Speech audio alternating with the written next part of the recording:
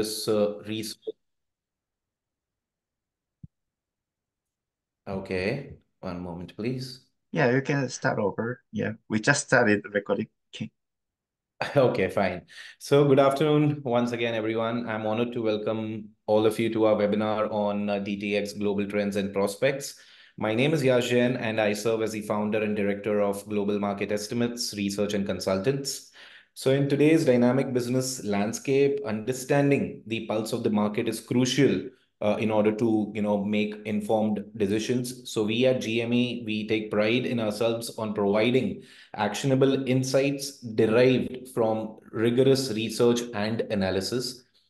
So recently, we have published a market research report on global digital therapeutics market forecast till 2029. So this report is, I would say, not just a compilation of data, it's a roadmap for businesses navigating the digital therapeutics landscape. So, to give you a brief about our research methodology in 4 steps, which is secondary research, primary research, expert panel, and paid local experts. So talking about each of these steps. So firstly, talking about the secondary research. So we have access to the best databases in the world, including gold and silver standard websites from where we get the initial findings of the data. The second step is the primary research. So we conduct 250 plus primary interviews across different regions of the world. Moreover, I would like to emphasize for the fact that 80 to 85% of our analysis is based on the primary research activity which we do. The third step is the expert panel. So we have an in-house expert panelist team having an experience range of 10 to 20 years across 12 plus industry verticals. So these experts are our go-to knowledge tank wherein we have brainstorming sessions around the market numbers once the initial drafts are ready. At this step, again, we follow both the top-down approach as well as bottom-up approach when it comes to data triangulation. And of course, we do use different analytical techniques like time series analysis, cross-sectional analysis, regression analysis, and so on. And the last step is, of course, the paid local experts. So these are our contractual employees across the globe. Moreover, since they work at a ground level, they provide us with unbiased insights. And probably that's the reason why they are an indispensable resource to us. So, this is just a brief highlight about the research methodology which we follow at GME. So coming back to the report on digital therapeutics market, we have segmented the report based on offerings, based on sales channels, applications, and of course, regional and country level analysis, thereby, providing our clients with granular understanding of the market dynamics. Moreover, we leave no stone unturned in offering insights tailored to the specific needs of our clients. So now talking about the years which we have considered in our report. So the historic data which we have considered is spanning from the year 2020 until 2023. Of course, 2023 being the base year of our report, and 2024 until 2029 is the forecast period. So what sets us apart, or probably I would say, what are the key questions which are answered in our report? So our report would actually help you understand which are the hot revenue pockets. The reason being, we delve into the revenue pockets that hold the most promising aspect in the market space, thereby guiding our clients with actionable insights. We also help our clients navigate their revenue mix, which means that you will be able to better evaluate your current revenue mix versus your future revenue mix. Moreover, our report would also include or rather help you identify revenue impacting opportunities that can drive your business growth. To give you an example of one of our clients whom we have helped, or rather, I would say whom we have been working recently with. So we work with the CEO's office and corporate strategy leader of a Fortune 500 healthcare company. So our key focus areas for the client is we help them identify top use cases. We help them understand the customer preferences. Moreover, we also identify the fastest growing tech opportunities and hot revenue pockets across end industries and geographies. So in this way, we help our clients to make informed business decisions in the next 3 to 5 years. So as we move ahead, our aim is not just to inform, but to empower. So we want to equip you with the knowledge and foresight needed to thrive in the digital therapeutics market. So here I am, I'm happy to introduce you to Mr. Alex G. Lee, who is our subject matter expert. So in this session, Alex will provide a comprehensive analysis of the digital therapeutics industry, highlighting key trends, market opportunities, as well as strategic insights. So yes, over to you, Alex. Thank you, Ash. Hi, everyone. It's delighted to talk about this fascinating topic. So actually, I prepare a lot today, and then I actually share my presentation already in my LinkedIn profile. But unless you have seen it, and then I recommend it to see it because it's a lot of context there. Okay, so I will start from let's just see. Let me. I tried to do slide share. Okay, it's better.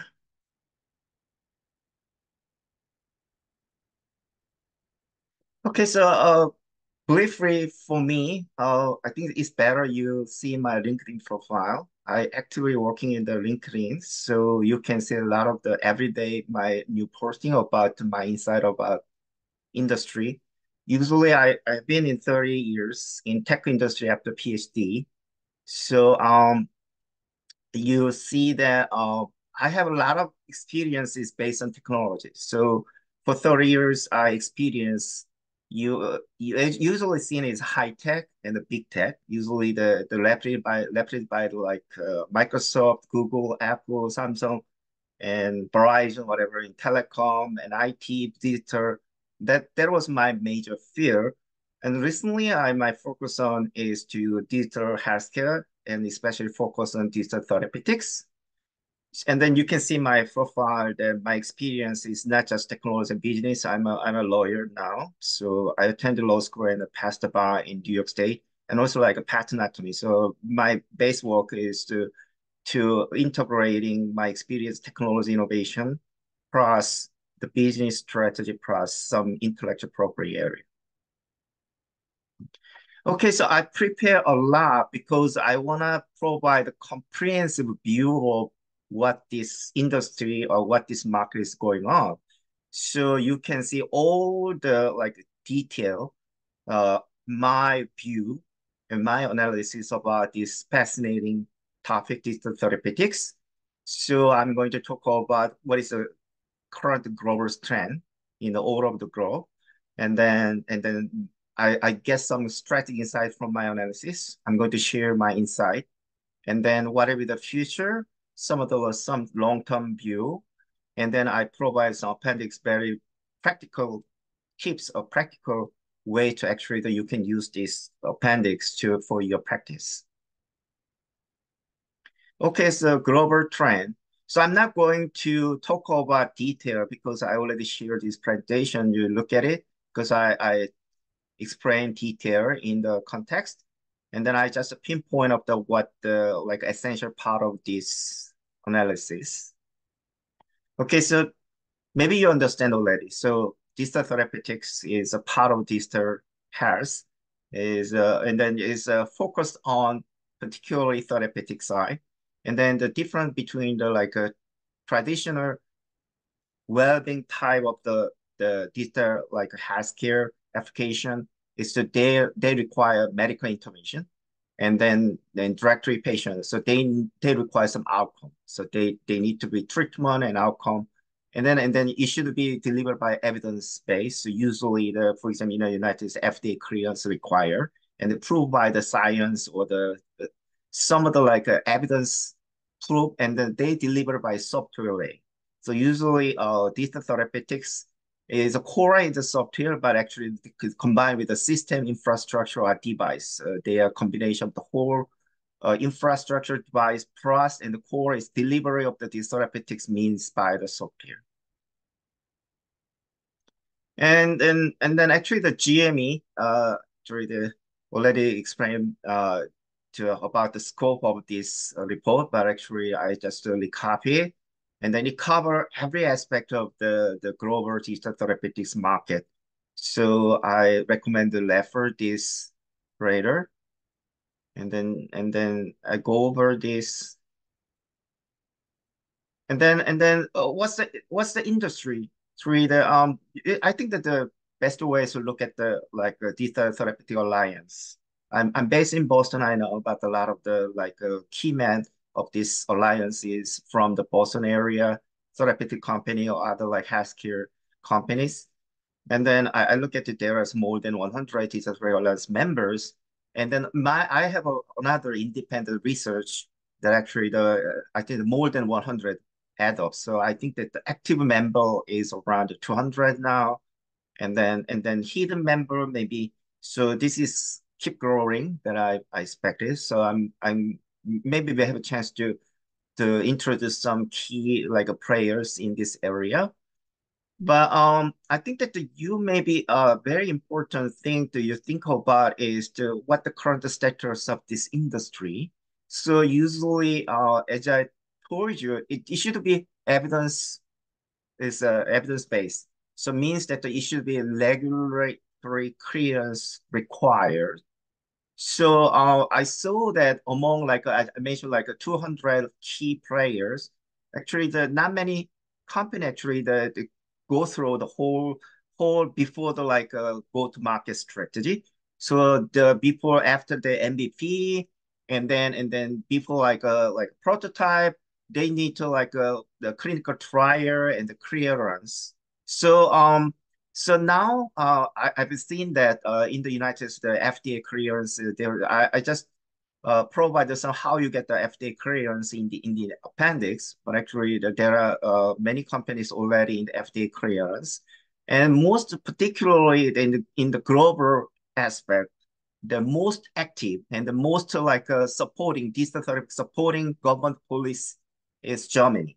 So Germany, you see that is half of this company actually the regulatory clearance, and the most importantly, reimbursement, because the healthcare industry is the particularly different from other industry have been is that the payers is different from the customer. Right? Customer we mean in other industries mean the patient, or and then the payer is like for example employer. Employer actually the get the program for the healthcare program to their employee.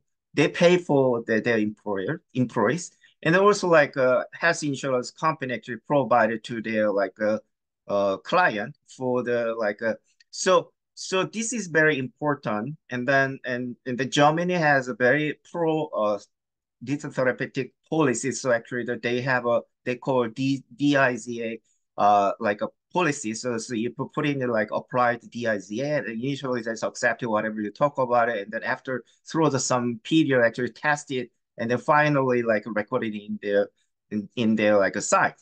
So Germany has a more pro like in the regulatory clearance and the reimbursement.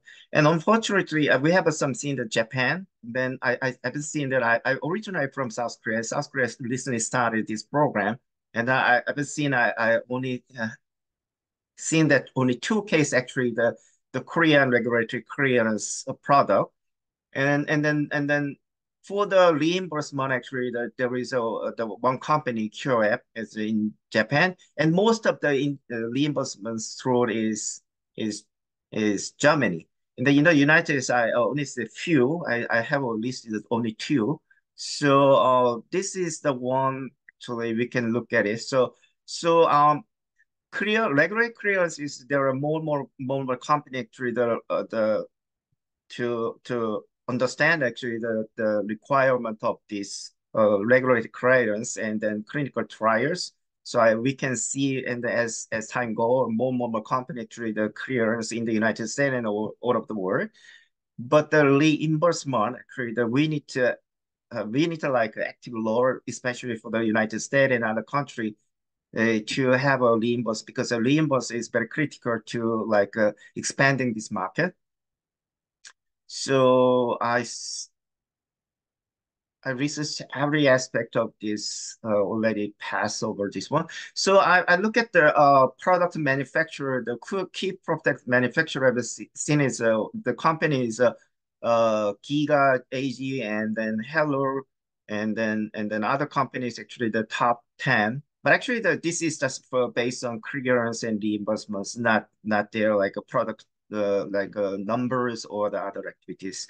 Product condition actually that you can see that diabetes is the one, and then mental health. And then I've seen that I analyze individual companies and product, and I've seen that the mental health area is the most like researched, most like produce area, and follow up the like diabetes, the general well like diabetes, hypertension, or the chronic disease side. So this is a trend I've seen, and I just make to make more beautiful stuff based on my analysis. But this is the one actually that as I told you before that I'm a patent attorney. So usually my way to analyze what the like innovation landscape is, I'm trying to search for the what kind of the patent landscape in some specific area. So actually I research it and search and review and research analyze this the patents related to this therapeutics. I really intensely work on this for several months. I got like 200 patents available, and then I analyze one by one, and then I just carefully categorize them as mental health, cognitive health, or something like that. I produce this one. And then not just for the like careers, there are a lot of the startup and then incumbent, usually the pharmaceutical companies actually that they try to innovate some specific area of the target, they call target conditions targeted. So for example, dementia or the like some other like cognitive impairment area, and the mental health is most important, like depression, anxiety, and another area was that I've seen was autism, ADHD. They call like a development disorders, and then there's a well, there's cancer, diabetes, and then headache or the pain. There was a major, and then this is based on my pattern analysis. So usually you are in the tech innovation that you got some innovation, and then usually it is tended to be applied for the patents. So patents, some patents are hidden because in the United States, for example, that you can file like a provisional patent, and it'll be hidden for 1 year. And even if you have a filed a non-provisional patent, and then it'll be hidden up to like 18 months. So what I got is actually already disclosed, already in the public domain. So I can expect that there is a dozen more, like a double or triple number actually already filed in the United States and globally, like for example, in other country. But anyway, this is currently is still growing and that very active area of this one. And I can figure out that whether some specific product that on the market actually is supported by the patent. Because I'm going to talk about patents later. I will talk about why I insist about the importance of patents, especially with the this the therapeutic area. And this is one that I saw that because a lot of the like digital therapeutic startups, they have a collaboration to expand their market. For example, to development wise, they are particularly collaborate with a pharmaceutical company. So I just analyze what the current like collaboration sectors, and then within my knowledge, there are many the startups already collaborate the big pharmaceutical company in for the very diverse target condition. And then investment. Actually, we have seen that I have a general trend that investment actually there was a peak in the year 2020. You see that in the last year we have some of the like financial problem. It's not the financial problem because it's the central bank actually they raise interest rate. So actually it's very hard to get some like the capital. So actually, the venture capital are very selective about, but still, I found that they are still very interesting in the digital therapeutic because it's a growing market. And then I just analyze the what kind of like the which the venture capital actually interesting in this area. and then what the actually the case. But this is hidden because this is I just search over the internet, so there may be hidden because usually the sometimes actually the is some kind of detailed deal of the between the venture capital and the startup is not the public domain. So I can expect there is more and more cases you can find out. Okay, so I just share the current trend. So the takeover is that it's still growing. There are many startups, and then FDA clearance and the reimbursement is very important. And then patent wise, like protection is important. It's a key takeaway what I've seen in the current trend. And then through my I'm gonna share my insight because I had my Data Therapeutics related webinar 2 times in this year, and then in general, someone told me that my insight is somewhat different from the what usually what I've seen in this area. Usually that I've seen that because I recently I've linked a lot of the like key stakeholders in this digital therapeutics and usually digital healthcare, and I haven't seen the background. I think the most of them are background in at least healthcare and at least in like therapeutics, pharmaceutical, medical device, and some of the like clinic experience. So their view might be somewhat different from me. So this is maybe in your case is it'll be good because I will deliver somewhat different view than my insight looking into this industry. So first that I noticed that this is just the in the public domain. I've looked at the 3 case actually already failed startups. And the 2 startups actually already won the IPO. So there was already in the stock market. Usually you see that if you're in the high tech, if you're already in the IPO, usually you in the unicorn, it's guaranteed that it's successful. Usually until maybe several years before maybe it's a grow or not. But I've never seen that in other industry actually just the IPO, they are pioneer.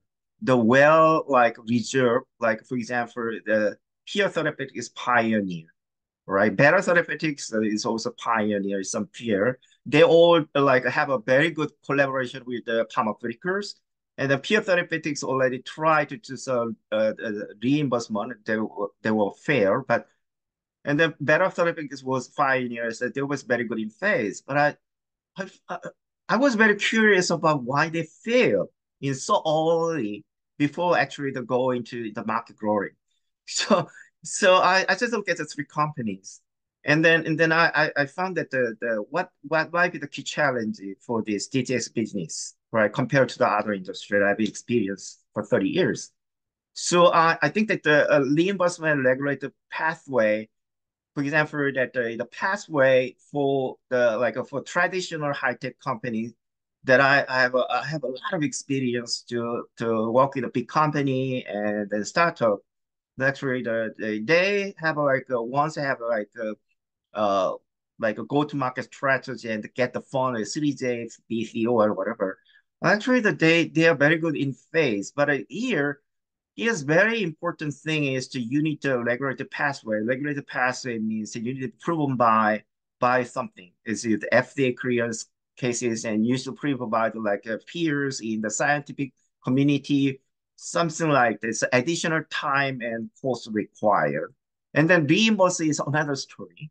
And then another thing that I found is unless you have a reimbursement, actually usually the customers normal like a patient they will pay in out of their pocket to get this kind of like additional like DTx service, DTx like treatment. So this is one thing I've noticed. And then market penetration adoption is somewhat different from others because you know that as mentioned like reimbursement means that the like who pay the payer and then actually the user is a differentiate. So it's a different layers. So market penetration adoption strategy should be different. And then mostly I found that capital and resource allocation should be different. So this is the critical factor that I find out, and then how actually the. So I think about what made the strategy for that. This is not all, but actually just in general is regulatory bodies, players, just general normal, and the partnership. I think the partnership is very important. And then diversification commercialization strategy is also important, and real world evidence generation, data association, and patents design and capability is one thing, but there be more that we can think about.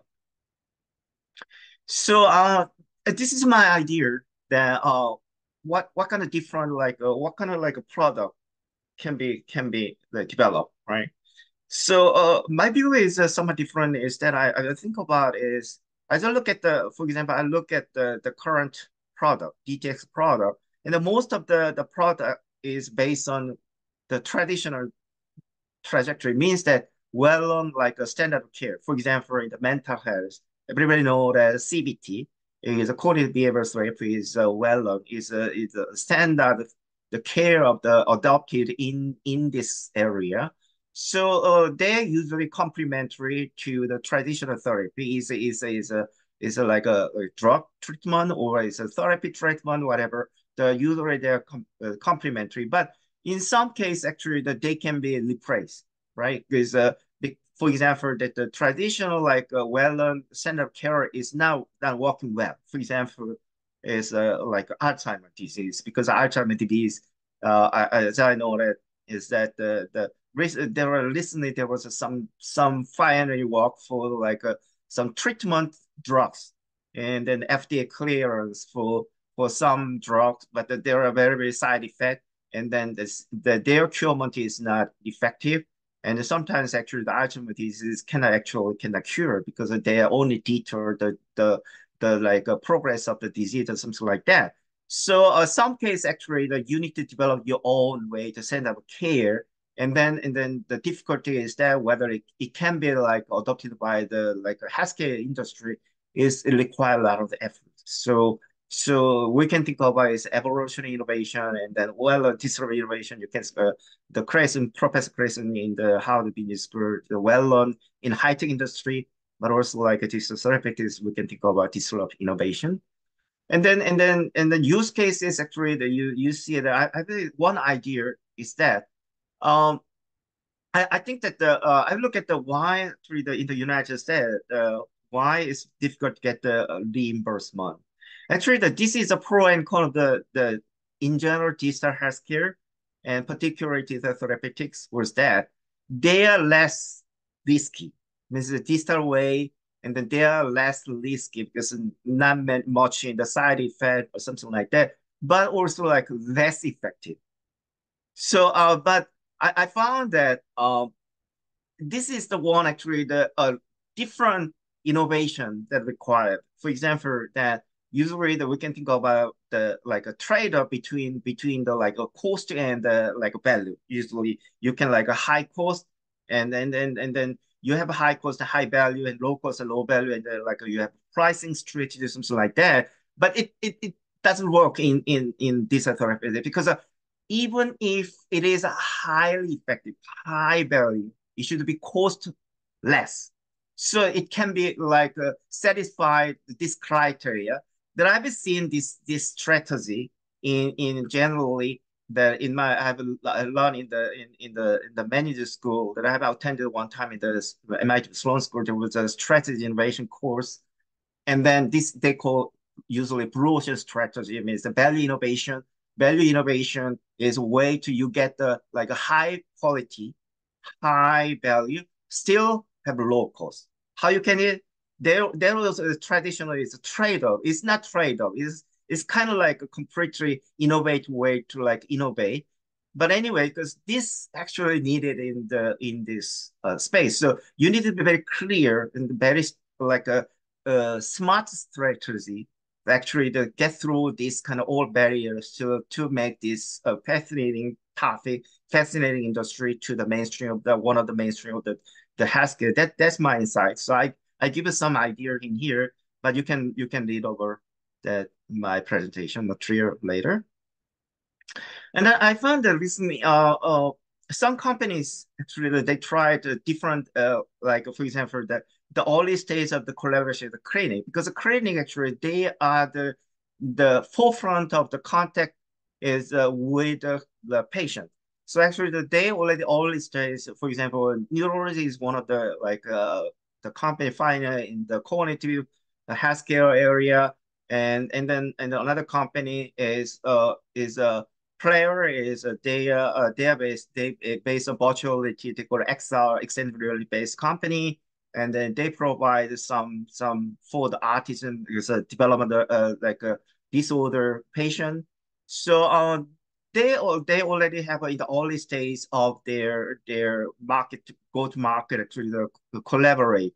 And then another company like MindMaze is very like a good. They already IPO and then they are unicorn.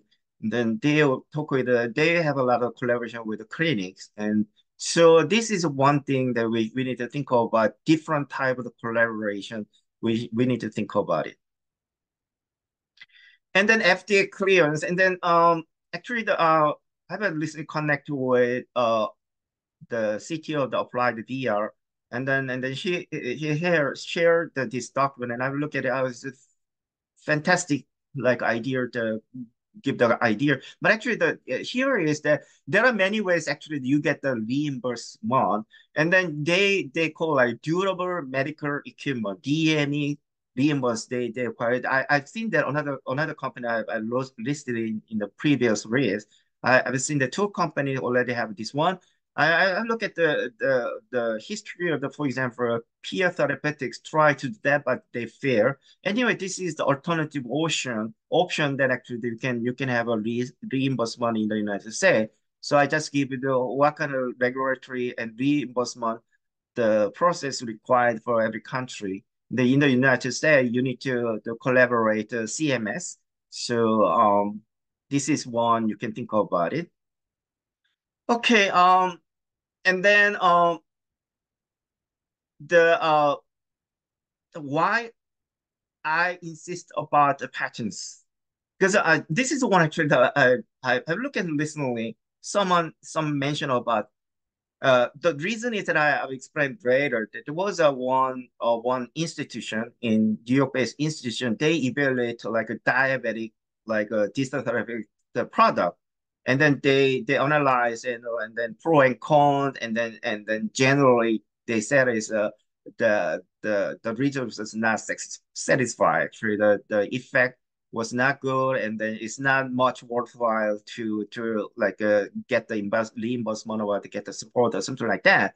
And then actually, I also like agree that there was an argument from the Digital Therapeutic Alliance. I agree because I look at the another option, like for example, at least for the diabetes, I found at least 10, and then they go over like a 5, and then I found that there are more advanced like a therapeutic product already developed by the company. So I agree that there was bias in the finding that they're analyzing their samples. But anyway, so someone discussed about why the therapeutic companies are not doing that. For example, and then he said like, oh, for example, that the pharmaceuticals actually that they can have a very strong by apply for the patent, they have a very strong protection and had like once they have the clearance, they have a premium price. That situation happening in digital therapies I've seen, even in the digital healthcare in general. The reason is that because of the digital, because the digital technology of the characteristic, for example, if you look at the patterns, is the way actually they call claim, and then the way actually that you have an intellectual property right to make a strong is very different because it's every because for example that you have a prior art, you cannot be claimed. You can be your own like intellectual property. And generally, that digital is well known. And there are many actually the way to actually combine this technology to get your solution is very limited. So that means that you cannot get like very high barrier to competitor to come.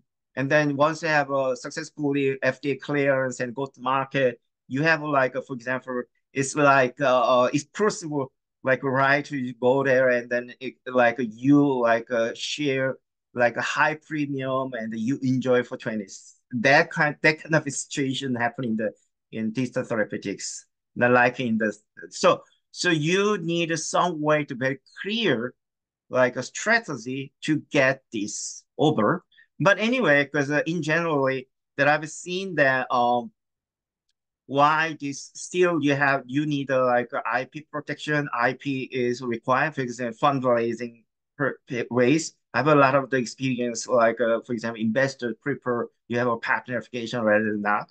And then you see, I've seen that like for example, I gave like the example that like already failed, like a peer therapeutics and better therapeutics. But actually, the once you have a bankrupt, actually your asset will be liquidated, and then even I've seen in the high tech industry, there was a big deal usually after bankrupt M&A deal. Usually, most of value of asset was the IP, usually the patents. So this is very important. So for example, that I give you, like, for example, therapeutics, peer therapeutics, like the liquidity process to they sell out their patent to other therapeutics company. And so actually the like better therapeutics is recent bankrupt, maybe I've seen that there are several patent portfolios. So this will be the very valuable asset for in the liquidation process. And then so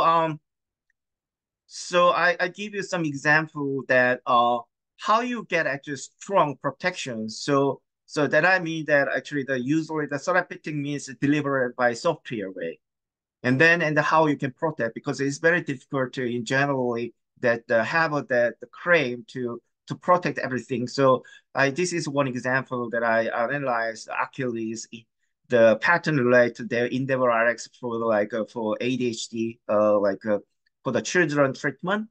And then I give you the detailed analysis how can protect it. And then if you require this kind of expertise, then just consult me. I have a lot of the experience to have a very strong claim over the prior art. So you can consult me later for. And here is one point that I saw that in my patent analysis there are like for example co-inventors, means that because I already gave you the like example the collaboration between the startup and the pharmaceutical, and then that there if there was a collaboration, then they result in some innovation, and that they file a patent, and then there's a co-inventor, so they have the co-ownership, but they don't know about. I'm not sure because they consult to the like a patent attorney or whatnot, but usually that it required there was a you have a joint ownership, have some problem in the United States, so you need to be very careful about this one. So I'd like to let you know this situation. Okay, so finally, future of the DTx. This is the much longer view that recently I focused on, because my for my analysis why actually I'm looking at the big scale, and then I want to look at what the general the global whole the industry structure and then players, and then I go over like what will be the like insight of that what the industry going, what the players going on, something like that. After actually the fine tuning, the what kind of space actually the require the further innovation or something like that. That's actually my main vision is to conserve and develop the new innovation IP and the new business strategy, something like that. So this is one of my recent topic. I'm going to go over that more the analyze, and then I share it, and I'm going to have another webinar, and then I'm going to provide this my consulting for this. But I've seen that I try to look at it. I've seen that for example that I in my like 200 patent history, nearly 80% use AI in any way. So usually the AI law in the sort of digital therapeutics is data analysis. Usually they're using machine learning, and then analyze data in the produce, or as a pre like visual in the like EMS or the EHR or other database, or the produced by sensors, wearable device. So they analyze data. But that's one usually called like a traditional way, like analyze and get the classify, get the patent. And but in recently there was another like innovation in AI is we usually call generative AI, usually a large language model. You can think about it, ChatGPT is one of the examples. I have seen that like a dozen examples. The big companies already have their own elements like ChatGPT. And then this is MIT recent research, and then I already look at it is this side.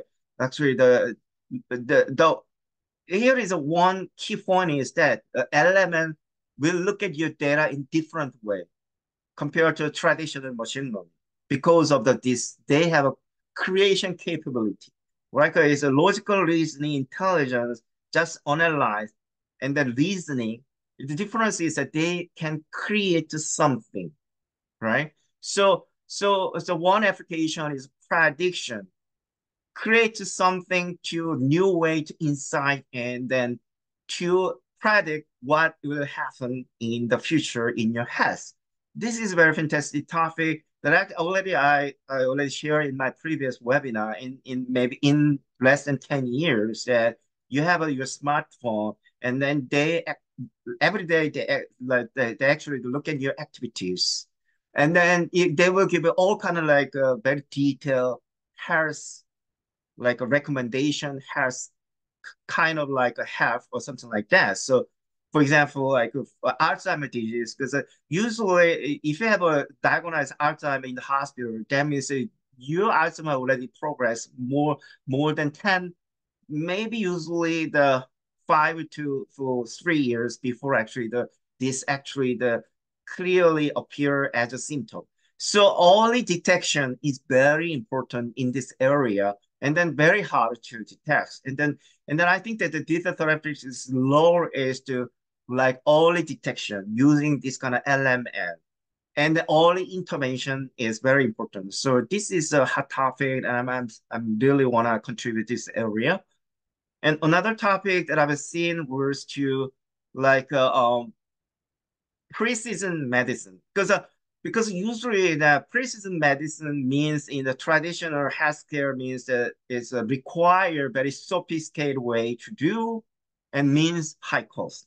But I think that the digital therapeutics is they look at the like individual persons, they look at the individual person's data, sensor, biological, physiological, mental data, emotional data, and then they personalize and then they adapt in real time.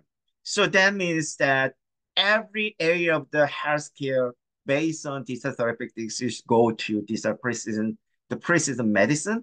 So this is one thing I think about is that I mentioned how you get like a high effective and then still low cost. This is area we can target it. And I saw that several like startup they're looking at this area and then in their website they produce like for example this morning I looked at the one company they said that oh the precision medicine is not only matter is like a traditional cancer.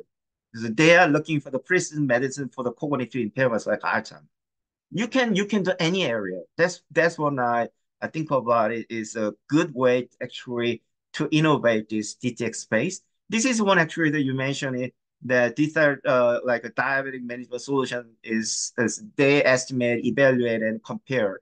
And then there was a bias or something like that. And then I think about it as a different way to looking at it is to how to make a still cost effective and high value is to using this kind of digital precision for DTx-based digital precision for every healthcare area will be the one topic that we can think about it.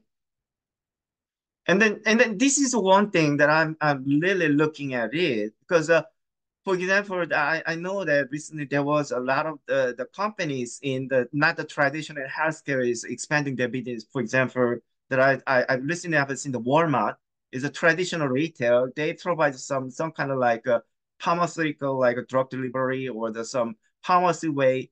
And then recently I've seen that the Costco actually provides some kind of healthcare program. And then even like a CVS is they have their clinic or something like that. And then why not the big tech company? Because this big tech company is $100 trillion market. So why not we can expand the business to, for example, this is one my idea is that we can think about the like a medical healthcare FDA clearance, very sophisticated, very heavy, something like I think about it, it can be if it can be like a more sophisticated technology can be implemented and then tested and then collaborate with many stakeholders. Why not? It can be like a everyday practice will be is in the digital therapeutics, right? And then it'll be big market that I think about. So there was some article in the Harvard Business Review why tech industry wants this for healthcare. But another way is why healthcare industry cannot adopt this kind of big market strategy in tech industry, right? And then so listen for me is a general healthcare from the treatment global wellness. So recently we've seen that global wellness business is like a market growing. And then what I'm thinking about wellness concept is not before was not nothing to do with the FDA clearance, whatever the risk or the outcome. But in the future, that there is a like way to make a better way to do get the FDA clearance, and then better way to have effective outcome. And then it'll be go more shifting, and then why not this kind of the traditional digital therapeutics market in the more expansion to the global wellness market is $1 trillion market. We can think about it. So this is the one I think about it that element and then I think that like a Vision Pro is one of the like they call special computing device. So why not that the element DTx space will be like a leverage this Apple Pro Vision Pro and go into I've seen that recently there was a several trials the mental health well-being solution to have a go to in the Apple Pro Vision like app store. But actually, we can expand it to more in the digital traditional digital therapeutics. I will think about it. Okay, so I'm not going to talk about detail, but this is one I think about it. What kind of like a product life cycle you can think about. Here is a most important thing is real world application after that. This is very important in and then more digital therapeutic products is out to the market.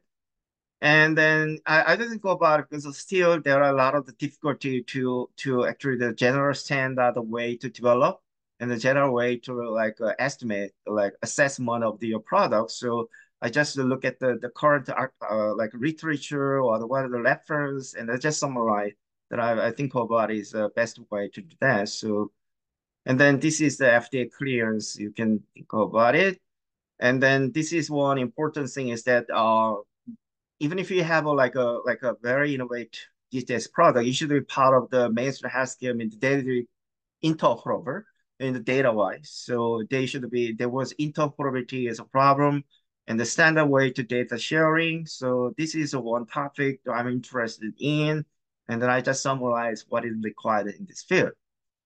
Okay, that's it for today.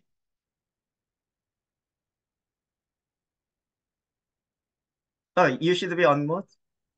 Right. Great. Thank you so much, Alex, for your time. And I hope today's webinar has sparked new ideas, inspired innovative approaches, and provided clarity on the path forward in this ever evolving landscape. So yes, please feel free, ladies and gentlemen, to check the report link in the chat box and place an order today. Moreover, you can also, drop in your email address to receive the executive summary of the report for free.